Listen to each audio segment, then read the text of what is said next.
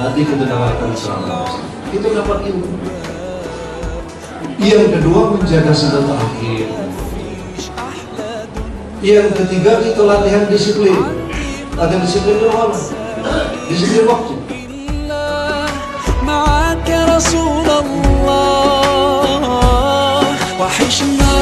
Saya sengaja datang ingin belajar sama Pak Wali Kota Palembang, ya, bagaimana beliau ini mengajak warga masyarakatnya untuk memakmurkan masjid.